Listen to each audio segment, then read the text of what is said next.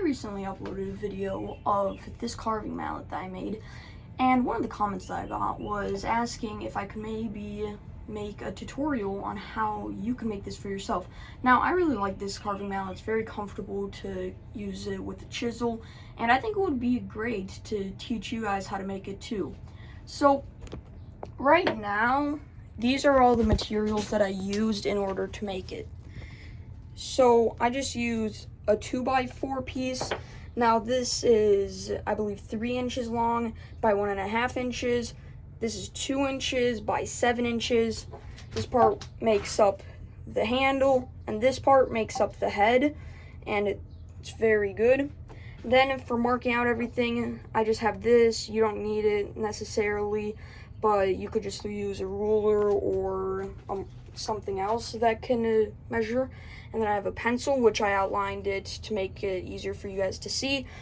Then I have the hammer that I used for getting this on top and actually mounting the head. I have a drill, or 2 drills. You can use either one. In this video, I'll just be using my electric drill for ease of use.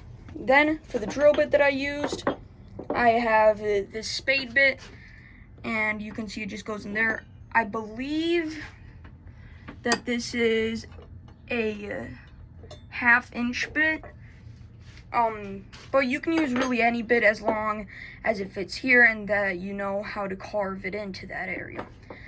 Then for the rough shaping, I have this file that I used to file down along the sides, the Stanley Surform plane, but you can just use a rasp. This one spoke shave, which was very helpful for making all the curves and lines and stuff. This knife, which also assisted the spoke shave.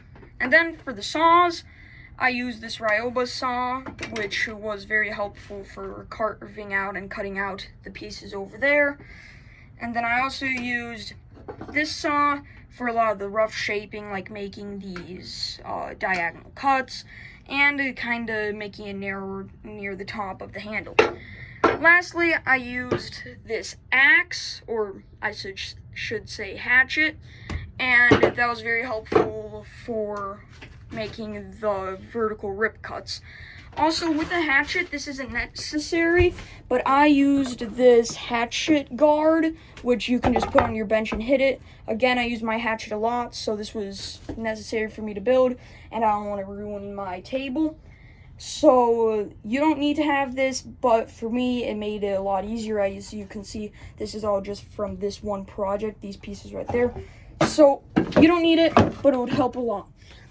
So that is everything that I personally used to make this carving mallet. Now, not everything is exactly necessary for someone else to make it, but if you want it for ease of use, then I think that's the best way to do it. Now, into making it. So the first thing that I'm going to do is cut each piece of these pieces out, and it's one of the simpler steps. All I gotta do is take my Ryoba saw, cut these. This isn't necessary, but I'm just using my woodworker's vise. You could probably manage to do it without a vise, but for me it's just a lot easier to use my woodworker's device, and it takes away a lot of the hassle. Now that I have the crosscut pieces cut out with my Ryoba saw, I can move on to cutting these rip pieces, which can be finished up with my hatchet. So all I'm gonna need to do is split it that away and that away, and that's going to give me my finished pieces, which I think will turn out very good. Now that your pieces are roughly carved out, and I mean very roughly carved out, it's time to take the head of your striking mallet, take your drill and your spade bit, start taking a hole through. You want to put it roughly down the middle like I did here, and it should go all the way through. One tip though, when you're drilling the hole through and you start to feel some of the resistance going away, most of the time that means that this piece right here has gone through the other edge. Now, once you feel that resistance go away, that means that it's time to switch to the other side and start drilling from the other side. For example, if I'm drilling through this way and I start to feel the tip of the drill bit go through, then I turn it around and finish off the hole from the other side. You'll be able to center it perfectly as you're bit will have already passed through a little bit, and you're supposed to do this in order to prevent tear out and not have the back of your piece explode. Now that you have a hole drilled perfectly through the center of your head, you can start to move it around and kind of shape it with your knife just a little bit, just to the shape that you want. This is really up to you, but what I chose here is one end being a little bit thinner and the other end being a little bit larger, so that if you want something more exact, you can do that. Or if you want to have a larger surface area, then you can just use the other end. Again, you can just take your knife and cut off a very rough shape. Now, you don't want to do everything right now, as most of the rough shaping will be done once the handle is attached and you can hold it stiff in your vise. Now that the head of the mallet is very roughly shaped out, it's time to start work on the actual handle where you'll hold on to it. Now, how I did it with the original piece was I first made a sort of cylinder type shape, and then once I was done making the cylindric type shape, I thinned out the top until it was the same size as the hole. How I did this was I'd do a couple passes up and down the piece, I'd fit it against the hole, and then make it a little bit thinner. Fit, thinner, fit, and then eventually, once it was starting to get a little snug, I took out my knife and did more close shavings, and eventually this fit right in.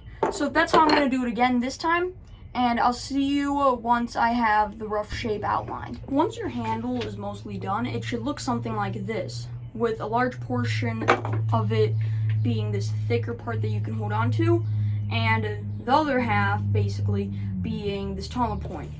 As you can see, it sums up pretty closely to the original. And if we then take this piece, we can see that it fits in pretty tightly right down here. And it's basically a match compared to the original. Now, one last step that you have to do is cut a slit down the end here so that this wedge piece can actually fit in. I'm just going to do this with my coping saw, but if you don't have your coping saw, then you can use the Ryoba saw that I mentioned in the beginning of this video. Now that you have your slit running down the side of your tenon, because that's basically what it is, it's basically just a mortise and tenon joint, you can press it down all the way, and it should fit in something like this. Then you can take your hammer and very lightly do some taps and make it fit in very tightly. Once you do that, then you want to take your coping saw out again and cut it about maybe half an inch to a quarter inch above the head of your mallet. It doesn't really matter exactly how far you do it, it's just you don't want too much waste directly above the head. Now that you've cut out most of the waste, and when you fit in the hammer head or the mallet head fits in pretty good, you want to take a wedge piece. This is just a door wedge, the ones that you'll use to install a door. They're really common, you can get them for cheap. And you want to cut off a piece that's just a little bit taller than how tall your tenon is. So since my tenon goes down to about here, I'm going to have my piece go just a little bit longer, maybe up to here. Then you can use your coping saw to cut it out, but because of how thin these pieces are, you can even just take your hatchet and create a little edge and then crack it off, and it does the exact same thing. Now, once this is finished, you're going to want to do a wet fit where you put in some wood glue, and then that's going to be how it is held in permanently. But for now, you just want to do one dry fit to make sure that everything's working out all right and that everything is not going to fail. So sometimes these wedge pieces will be pretty far apart. So you want to take in your knife and cut out a little notch so that your wedge can actually fit in there. Now you can see that there's a little notch there. So I can just place that tenon in, or the wedge in, start hammering it in. The pieces might go a little bit sideways. All you gotta do is just readjust it and make them straight again, and keep hammering them in.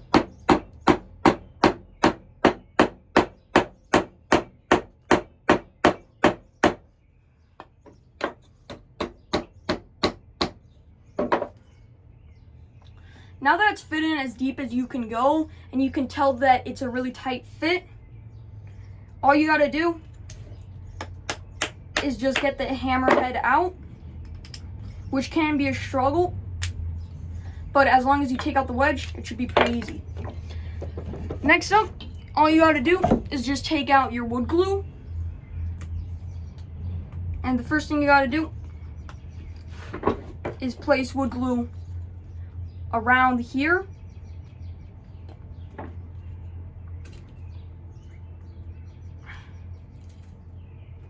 And it should be in a big clump. Then you can just take your finger and wipe it around. You don't have to be worried about this. It takes a couple hours to dry. You can just take it off with like toilet paper or whatever. That's what I use. Toilet paper just fell. Whoa. Alright, anyway, so you now have it all glued up. Then you can place in your piece. It should be something like that. And you should see a little bit of squeeze out on the bottom. Then, lastly, you just put on some glue right at the top of the tenon. Just at the top. And you want to try and squeeze it a little bit inside of there. Then you take your wedge and you place it right in there. And again, just like we did when there was a dry fit, just hammer it in. And make sure that it's a really tight fit. Again, hammer, hammer. And you'll know that it's all the way in once it stops moving. Which can take a second. And then again, once it goes sideways, remember, keep readjusting. And eventually, it should look something like this. Once it's like this, the glue's still wet, so like you can't really rush anything. But I'll just take these cutting pliers and cut off most of the excess. Now it's like that. You don't want to put in your coping saw yet because you don't want to risk ruining the glue up. But this will have to dry for a couple hours, I think around 6 hours. So it's safe to just leave it until the end of the day. And then I'll see you then. So it has been about 7 hours since I put in the glue. And I overdid it a little bit. 6 hours should be fine for you though. Now, there is a little bit of gappage here, but besides aesthetic purposes, it really doesn't matter. It's very strong, isn't twisting at all, so it doesn't really matter.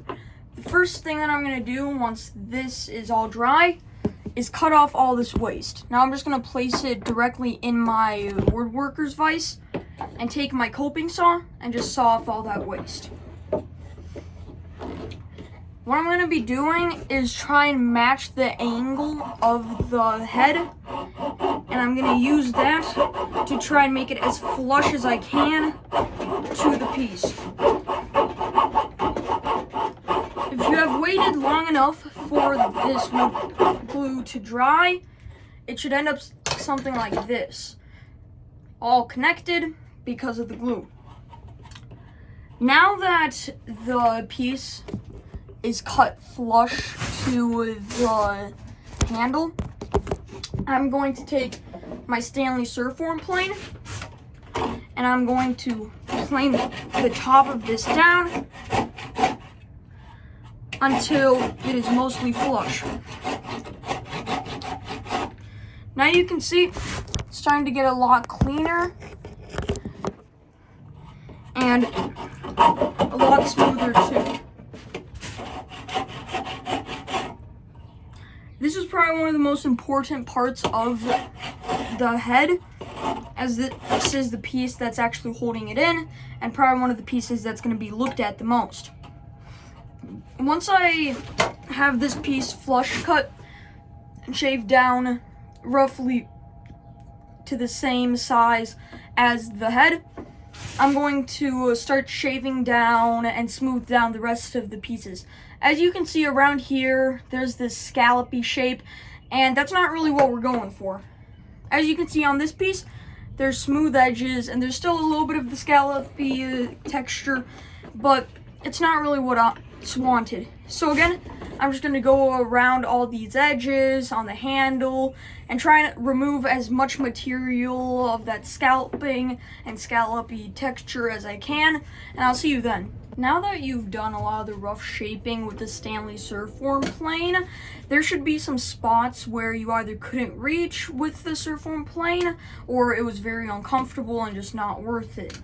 With these spots, I like to take my half-rounded file and just go in filing off each piece.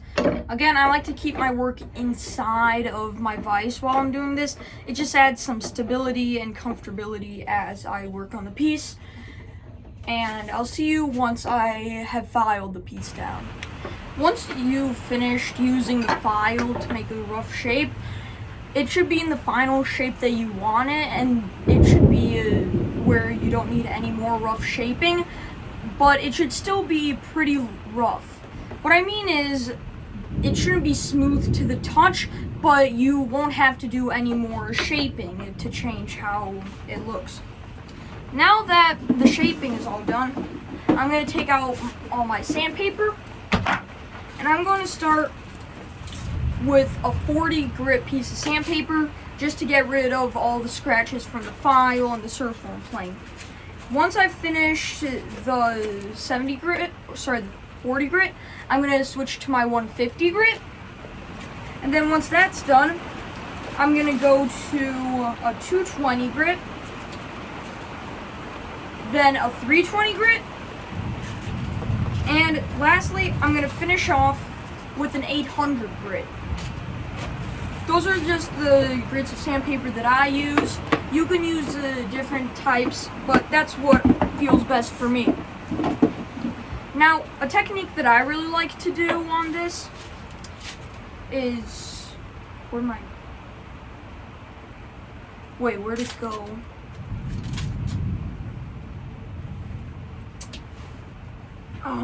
Oh, it's in my vise. Yeah, so a technique that I really like to do is just start out with the roughest grit, place it inside of my vise, and then I take the sandpaper and I just kind of circle it around the piece. Kind of like this, except with two hands. That's just for the handle. For the other piece, I just kind of do it by hand more traditionally. Works out pretty fine.